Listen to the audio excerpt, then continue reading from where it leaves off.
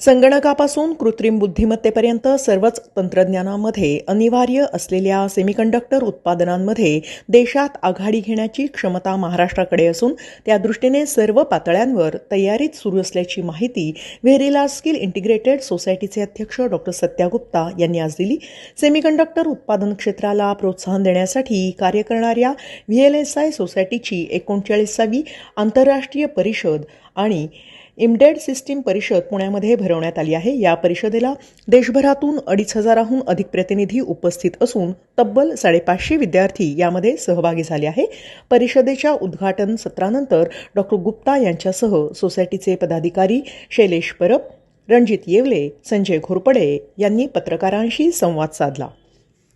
मी या कॉन्फरन्सचा PR handle करतो आहे आणि मीडिया इंटरॅक्शन हँडल करतो आहे. तर तुमचं सगळ्यांचं स्वागत झाल्याबद्दल थँक्यू सो मच. पण ही VLSID कॉन्फरन्स जी म्हणतोय त्याच्याकडे यायच्या आधी मी तुम्हाला थोडंसं सेमीकंडक्टर या शब्दाबद्दल सांगतो. आजकाल अनेक लोकांनी ही टर्म ऐकलेली असते, कारण ती आता खूप न्यूजमध्ये आहे. गव्हर्नमेंट आणि आपले पंतप्रधान आणि बाकी सगळ्याच लेवलला सेमीकंडक्टरचं खूप आता आजकाल बोलबाला आहे.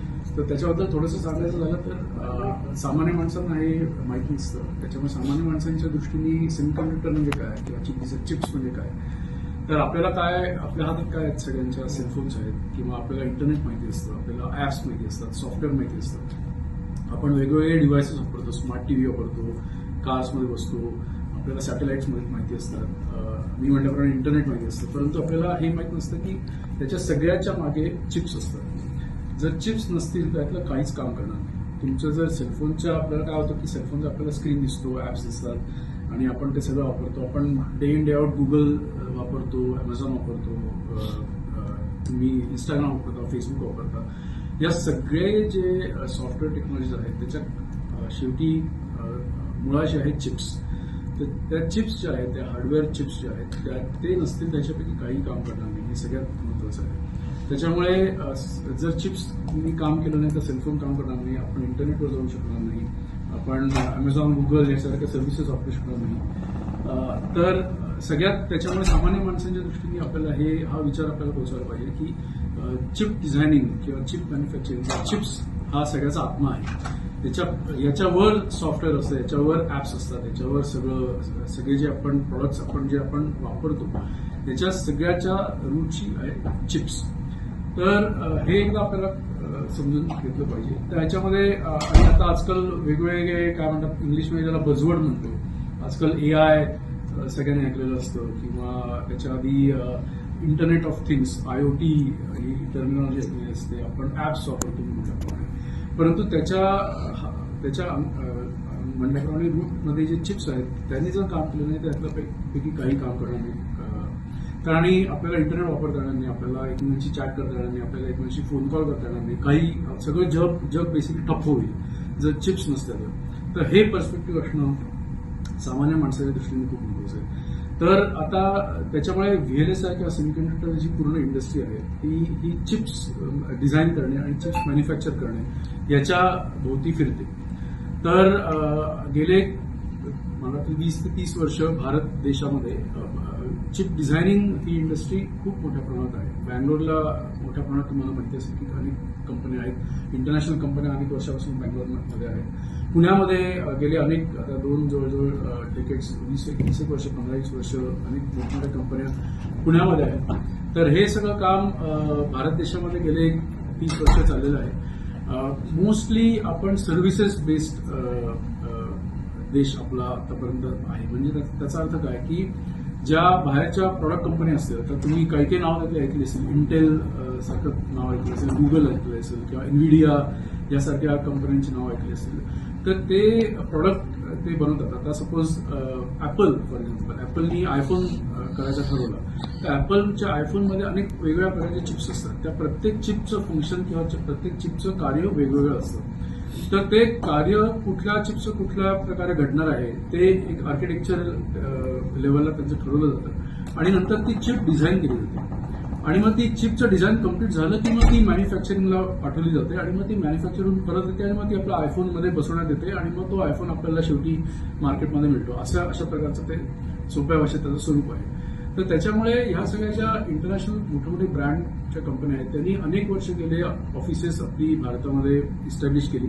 बँगलोरमधून सुरुवात झाली तर हैदराबाद, दिल्ली, पुणे याच्या सगळ्या शहरांमधून आपली त्यांचे ऑफिसेस आहेत आणि खूप मोठ्या प्रमाणात इंजिनिअरिंग वर्कफोर्स जो आहे आपला तो ह्या सेमीकंडक्टर या डिझाईन क्षेत्रात काम करतो आणि अनेक प्रकारच्या डिझाईनवर त्यांनी आपल्या इंजिनियर्सनी काम केलेलं आहे. आणि आता सेमीकंडक्टर क्षेत्रामध्ये सगळ्यात महत्वाचं काय आहे की फिजिक्स म्हणजे बेसिक फिजिक्सचे अप्लाय होतं. कारण काय शेवटी सॉफ्टवेअर कसं असतं की सॉफ्टवेअर तुम्ही प्रोग्राम करत राहता आणि ते सॉफ्टवेअरच्या लेवलला राहतं. परंतु चिप्सचं काय वेगळं असतं की चिप्स तुम्ही डिझाईन केली की ती एका लेवलला जाऊन मॅन्युफॅक्चर होते आणि ती मॅन्युफॅक्चर झाल्यानंतर आपल्यासारख्या सेलफोनमध्ये जाऊन बसते. मग आता हा जो सेलफोन आहे तुम्ही कुठे वाळवंटात गेलात, तुम्ही कुठे बर्फाळ प्रदेशात गेलात, सगळीकडे ती चिप्सनी काम केलं पाहिजे. ती एक महत्वाची रिक्वायरमेंट आहे. त्याच्यामुळे चिप डिझायनिंग हे खूप कॉम्प्लेक्स सायन्स आहे आणि त्याचा फिजिक्सशी खूप मोठा संबंध आहे. त्याच्यामुळे चिप डिझाईन इंजिनियर्स तयार करणे ही एक मोठी जबाबदारी आहे आणि त्याच्याकरता आपली अकॅडमिया जी आपली इन्स्टिट्यूशन्स आहेत, एज्युकेशन इन्स्टिट्यूट्स, त्यांची मोठी जबाबदारी राहते की आपल्या इंजिनियर्सना तयार करणं की ते अशा कॉम्प्लेक्स प्रोडक्ट्सवर काम करू शकतील. तर त्याच्यामुळे मी म्हणल्याप्रमाणे गेले 20-30 वर्ष इंडस्ट्री तर भारतात आहेच, त्याचप्रमाणे अकॅडमिया मोठ्या प्रमाणात इलेक्ट्रिकल इंजिनिअरिंग असेल, ELTC प्रोग्राम्स असतील, तर ह्या सगळ्या प्रोग्रामच्या थ्रू आपले चिप डिझायनिंग इंजिनियर्स घडवते आहे. आणि त्याच्याबरोबर चिप डिझायनिंग बरोबर आणखी एक वेगळा त्याच्यात ऍडजस्टंट असा एक एरिया असतो की त्याला एम्बेडेड म्हणतात. मी त्यात फार जात नाही, परंतु एम्बेडेड आणि चिप डिझायनिंग हे खूप संलग्न क्षेत्र आहे. तर हे इंजिनियर्स घडवायचं काम आपल्या पुण्यातले आणि कॉलेज करतात, आपल्या भारतातले आणि कॉलेज करतात. आता तुम्ही बातम्यांमध्ये ऐकलं असेल की आपल्या माननीय पंतप्रधानांनी सुद्धा नुकतंच आपली पहिली चिप जी भारतात तयार झाली ती बातमी आली होती. त्याच्यामुळे सरकार आता गेले काही वर्ष खूप सिरियसली सेमीकंडक्टर या क्षेत्राकडे बघत आहे आणि ते साहजिक आहे. कारण आणि भारताची गुंतवणूक सेमीकंडक्टर क्षेत्रात गेल्या अनेक वर्षाची राहिलेली आहे. परंतु मी म्हणल्याप्रमाणे प्रायमरीली आपण जास्त सर्व्हिसेसकडे प्राधान्य दिलं होतं. आता आपण हळूहळू थोडं सोल्युशन्स आणि प्रॉडक्ट लेवलला जायचा आपल्या भारत देशाची तो आपल्याला मार्ग घ्यायला लागेल आणि त्याच्यासाठी मॅन्युफॅक्चरिंग खूप महत्वाचं ठरतं. त्याच्यामुळे आतापर्यंत कसं होतं की मॅन्युफॅक्चरिंगसाठी म्हणजे डिझाईन जरी आपल्या देशात झालं किंवा डिझाईन इतर देशांबरोबर आपण मिळून केलं तरी मॅन्युफॅक्चरिंगसाठी काही वेगवेगळे प्लांट्स आपण साऊथ ईस्ट एशियामध्ये असतील, तैवानमध्ये असतील, त्यांच्यावर आपण अवलंबून होतो किंवा इतर पूर्ण जगच होतं. आता बदललेल्या राजकीय जागतिक परिस्थितीनुसार भारत देशामध्ये सुद्धा आपल्याला मॅन्युफॅक्चरिंग मोठ्या प्रमाणात करण्याची सरकारची प्लॅन आहे. त्याच्यानुसार आपण अनेक कंपन्या आणि सरकार असं मिळून एकत्र गुंतवणूक अनेक ठिकाणी करत आहेत. त्याच्यामुळे शेवटी एकूण तुम्ही याच्याकडे जरा एक पाऊल मागे जाऊन बघितलं तर काय होतं की कंपन्या आहेत, अकॅडमी आहे आणि सरकार आहे. या तिघांनी मिळून इथे येऊन एकत्र काम करणं गरजेचं आहे. म्हणजे आपल्याला सेमीकंडक्टरची जी इकोसिस्टीम आहे ती आपल्याला भारत देशात शेवटी मेक इन इंडिया ची आपल्याला करायचं आहे. त्याच्यासाठी या तिघांनी मिळून एकत्र येऊन काम करणं आवश्यक आहे. त्याच्यामुळे सर्व्हिसेस बेस्ड जी आपली इकॉनॉमी आहे त्याच्यापासून आपल्याला प्रॉडक्ट बेस्ड इकॉनॉमीकडे जायचं आहे. त्याच्याकरता या तिघांनी एकत्र येणं गरजेचं आहे.